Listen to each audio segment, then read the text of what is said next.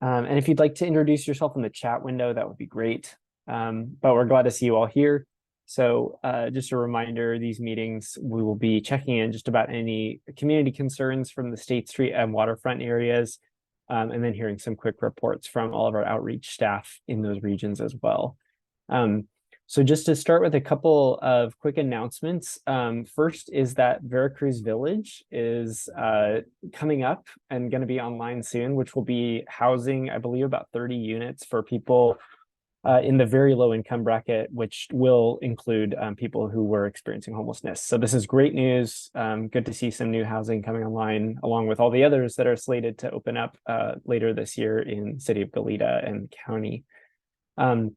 They have also put out a request for some donations for some of the rooms, because there will be individuals moving in that will not have all the furnishings that they need to make it really feel like a home. So I'm just going to share the Adopt a Room link if you have any interest in making a donation there. It's just a really helpful way to help people move in successfully. On a related note, the Housing Authority has also put out a survey this week just about housing needs within the city of Santa Barbara, and I'd encourage all of you to fill this out and share it to your networks, because they're trying to get a gauge on what the needs are at this point in time. Just a calendar announcement. So we will do our monthly walk next week. I think I'm sharing my screen. On the east side, so Thursday, June 15th at 1:30 p.m. we'll be doing a walk through the east side neighborhood at the Cabrillo Ball Field on the Milpas Street side, and then walking up along Milpas, probably only about till the freeway. But the purpose of these walks is to engage with businesses and community members and try and identify where are some of the homelessness hotspots in that particular neighborhood. And then based on a suggestion from Lizzie at our last walk, we are going to go back to the lower State Street neighborhood and do a walk at the Santa Barbara Roasting Company area, and then maybe walk down State Street towards the waterfront. So the plan for right now is Thursday, July 13th at 11 a.m. So we invite you all to join us, especially since that is the region for this WRAP group. And we will not have a WRAP in the month of July. That will be our meeting instead. And we'll share out a calendar and reminder emails about all of these as well. The last thing was just that we have had a series of Caltrans and Union Pacific Railroad cleanups over the last month or so. And so that's a lot of people are being displaced from that highway corridor, and they're going to be moving around the city. And so we've mentioned this on previous WRAP calls, so I may be a little bit of a broken record, but just reminding everybody that you may see people in different places than they normally are. So as usual, if you can help us by sharing, if you see any encampments, I'll ask Joao if you don't mind putting the link to the encampment reporting. That helps us to figure out where to deploy the services so that we can support the people and help figure out if there are any issues. So with that, I want to ask for some updates from our outreach providers for the State Street waterfront areas. So why don't we start with Good Samaritan? I see Todd on the call.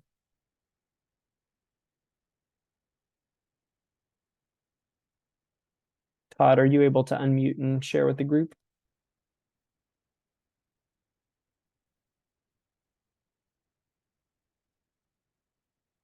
May need to circle back to Todd. Why don't we go to CityNet? See Christina or Melissa.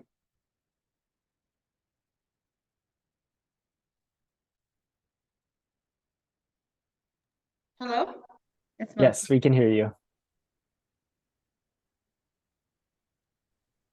Hello, can you hear me? Yes. Okay, sorry about that. We're in the same room, and if one of us speaks, it echoes. We should No have just worries. got one laptop. But yeah, we're happy to be here. Christina and Melissa with CityNet. We're part of the city's team, as well as with Mary and John, who do the evenings and weekends. We've had a really productive, pretty exciting week so far. We got one person into Dignity Moves this morning, as well as another individual into Path this morning. And as we speak, Mary is working tirelessly to get two individuals at the same time into the sobering center. So to make that trip worth it. Right? With Might two as folks. well. That's amazing. Okay.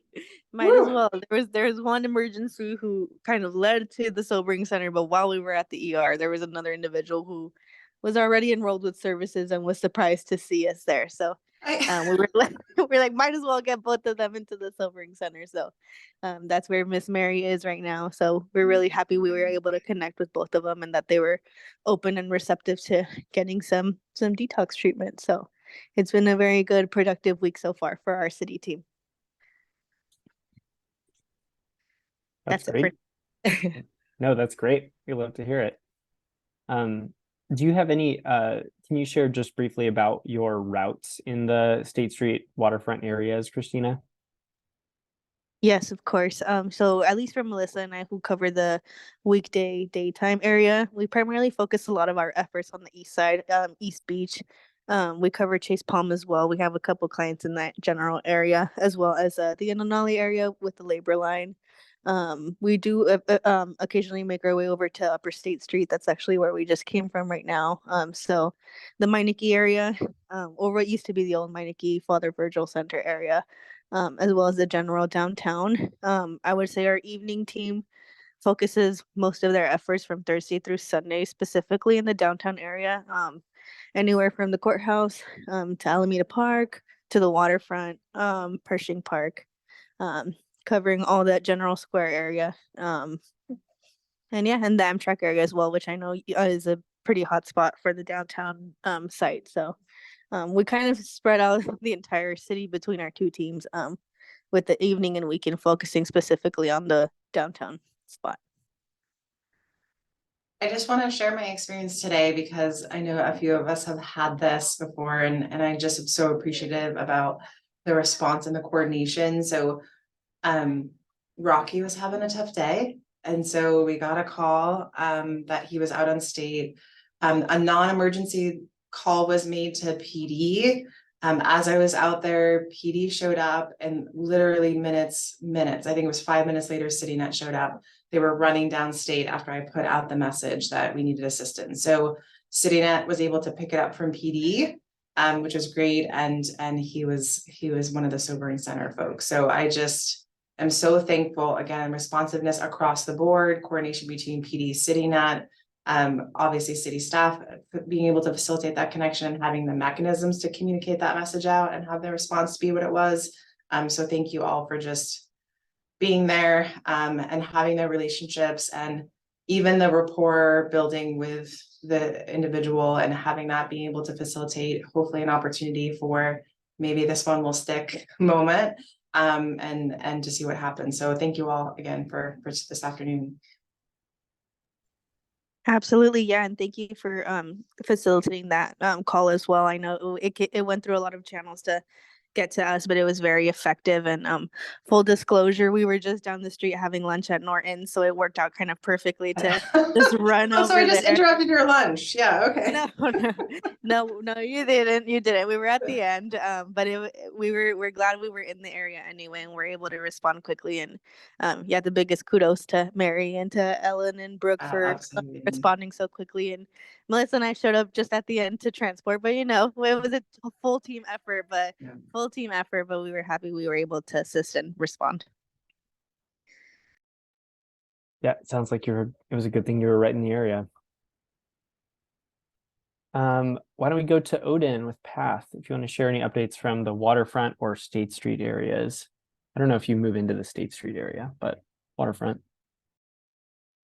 Gladly. Hi, everyone. This is Odin at Path. Just a little bit of an update. Although my beat doesn't really cover the waterfront, we do go down to East Beach, up to the skate park, and I've been touching base with some individuals over that a ways. There's been a fair bit of requests from people over there to and from businesses just to talk to some individuals over there, and a lot of high needs individuals who need to be in contact with behavioral wellness in particular, some severe mental health needs that have arisen in the past few weeks. So just this morning, I actually transported 2 clients over to the behavioral wellness clinic for their intakes, just to go through the motions, have an enrollment, and then hopefully get along with services, and then just after that, just taking it case by case. I've enrolled 4 new individuals onto my caseload, just doing, getting them document ready. We had a few successes over the week. In collaboration with CityNet, we got one of my longtime clients into Path, and got a few individuals, one individual in particular, who was really struggling on the waterfront, living in his van, severe cerebral ataxia. After a month, like multiple months of working with Social Security to try and get him SSI. After 2 denials, one before me, one while he was a case, he finally got the his retirement money that he worked so hard for, and now we've reopened his case for SSI. Now he's got his retirement. Now we're just waiting for an increase to get all of his benefits available to him. But with that, he's officially documented ready and eligible for more housing. So that's a pretty in my book, it's a pretty massive win for someone on the east side. So just wanted to share that. But besides that, I've just been, continuing with my caseload and responding to businesses as needed. That's all I've got. Thank you, Odin. Appreciate that. Todd, I don't know if your audio is working, but if not, if you want to just type a little update in the chat for us, that would be great. Do you want to try the audio one more time?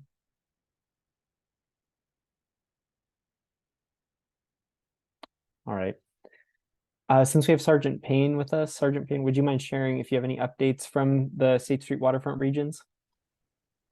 It's along the waterfront. I was down there today and along Pershing Park. It seems like we're starting to get the summer travelers starting to come through. We ran into 3 new groups of individuals, and one of the 3 groups kind of hinted that they may stay a while. The other ones seem to have pretty distinct travel plans, but I think that that's just going to start at this point in time of the year. So we're going to start to see a little bit more of our non-regular clients come into town, and some people pass through and some people will end up staying. So just other than that, it's been going fairly well.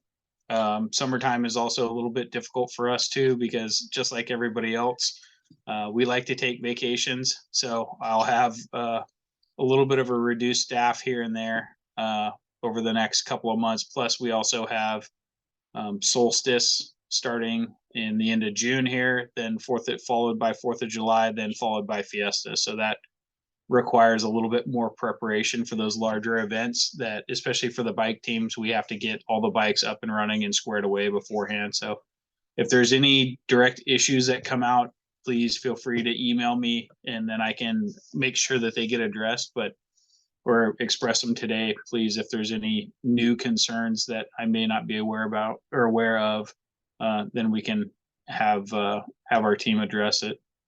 But other than that, it's been pretty steady, but nothing out of control. Thank you. And thanks for the heads up about the summer months as well. So with that, we'll open it up for any community members if you have any concerns or issues you want to raise or areas of interest. Yeah, Robin. I'm sure you all are like, what is she going to say this time? 500 block in the last couple of weeks after dark, a combination of individuals who are living on the streets, as well as the combination of some of these food trucks or carts that are coming in, and sort of some mental illness, sort of arranging of materials in the middle of the street, is a really curious combination of activities that are happening somewhere between about 8 and 10 outside of the Red Piano, and Institution Ale is kind of where to look for that. Usually about 3 individuals smoking something on the sort of entry area to the outdoor patio that institution has. And I think they're eating from the cart, and sort of then there's this other guy who is having sort of a bit of a breakdown in the middle of the street looking through all of his stuff. So I've seen that happen a couple times at this point, so maybe something to keep a lookout for. And Robin, that individual, well known in the area, is this also the person who kind of over the course of the day, in terms of his decline, can like disrobe and like appears to be high on some substance? I believe so, but Oh. it's this gentleman looks a little bit different than the guy that tends to disrobe. So I Okay. think that there's two different ones Okay. going Is on. this the one that is also hangs out under the garden underpass? I couldn't say on that front, but they're They just just sit on a ringing a bell chair. for folks. Like the This is African American individual under the underpass. I don't think it's the same. no, this is Yeah. a white young man who's maybe upper 20s, if I could guess, is the one who's having a bit of a breakdown in the middle of the street, going through kind of a lot of bags and sort of shuffling his stuff around. Interesting. Is one version, and then there's three gentlemen who have been kind of sitting and smoking and kind of also drinking outside of the institution ale. Yeah. No, we'll talk about it in the second half, but doesn't sound like someone who's a regular. It's not of 20%. the regular folks. It definitely, I've seen some of the regular folks, and this Yeah. seems to be This some mean different. is different. Okay. Thank you, Robin. Very similar on the West Beach area. So we have the folks who sort of live here, and I think they know the routine. They just use the Castillo Street, Yananali as a corridor. They're not lingering anymore like they used to. But we do have some new folks who just seem to have some pretty severe mental health challenges. They're talking out loud, they're using, body language, like waving their arms and such. They when they enter on the property, they're pretty easily able to move along when someone says, this is private property. But it does create a bit of concern for the tourists that are coming in, because there's a lot of hotels and a park in that area. So that we're noticing that is increasing. And then there was a woman who last year we identified as blue. She had blue hair, and she tended to she would come into lobbies and try to take whatever she could, whether it was breakfast or afternoon reception items. And she would yell, she would get slightly aggressive with the staff that she encountered. So she's back, and there's a couple others who it seemed, I don't know if they had placement, if they were incarcerated, but it seemed that they left for a bit, almost a year, and now they're back again as summer's approaching. So the only one that we were able to clearly identify was the woman we called Blue.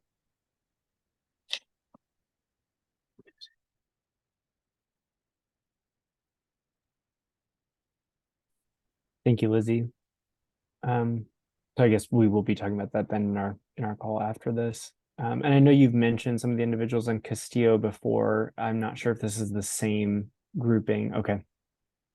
So the woman that was throwing rocks, I think she's been placed or something, because we haven't seen her. And then there was an older man, very, very nice man. He was in a wheelchair that would sort of park himself between the Brisas Del Mar and the gas station. He's relocated, and then he had an acquaintance or a companion who often slept in front of the 7-Eleven across the street, and she hasn't been around. So that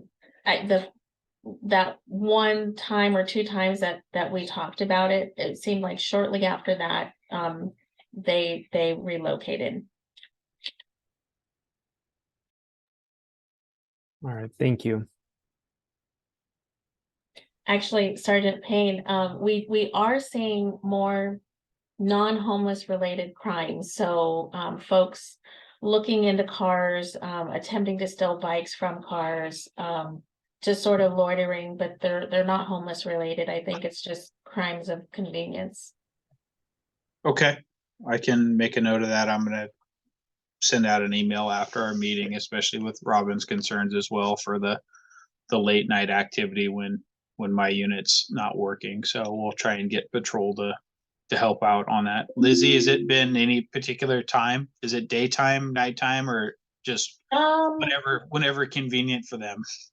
You know, it tends to be around I would say between the 2 and 6 o'clock hour. So it's the Okay, late afternoon. late afternoon. Okay.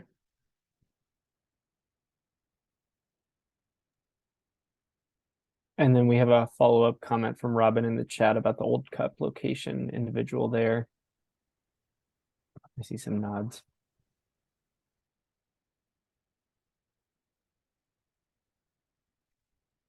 Other concerns from community members?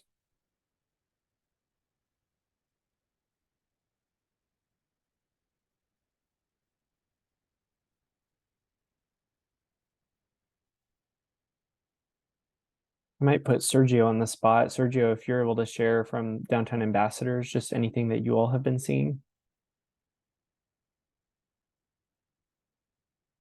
Good afternoon, everyone. I think those folks that we have come in contact with are like the high either hospital users or resource users, I guess is kind of one of the keywords here. So one of the things that commonly is obviously just kind of like the disturbances, either drunk in public or just with a lot of belongings in some of the locations. And obviously they kind of move around. So some of these are pretty well-known individuals that you guys are probably familiar with in downtown. The parking lots for the most part, I mean, at different times look pretty good. So that's a good plus there. But I know on State Street, it just depends on the time of the day. I think it's with some of the regular folks out there. But overall, it just depends on the evening, morning, or whatever the case may be. But I think City Net, for the most part, you know, they are well aware of some of these individuals and are helping us out with just addressing some of the issues that are obviously that we face out here. So overall, and some of the outreach that the outreach meetings too, is we're referring a lot of these folks to them to advocate for their needs and whatever issues that are kind of popping up in just in general. So I think that's kind of the overview for downtown. Sarah, do you have anything else that you want to add on to this? But I think for the most part, that's, you know, same names keep on popping up for the most part. Yeah, I don't have anything else to add. All right. Thank you, Sergio. And Lyndon, before we sign off for folks that have joined the call, you know, we have identified our top 10 list in each region. And when we happen to get a win, either an exit to treatment or exit to hospitalization for a short period of time, skilled nursing, interim housing, and then permanent housing, we kind of reshuffle that list, right? And the total list, I think, Liz, last time we checked was in the 60s.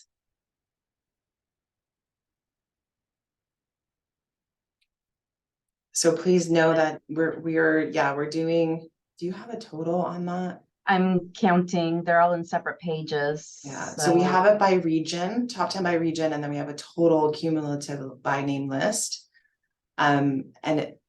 For us, it's really helped tailor the second half of these meetings, right? So we're always kind of checking in with the top 10.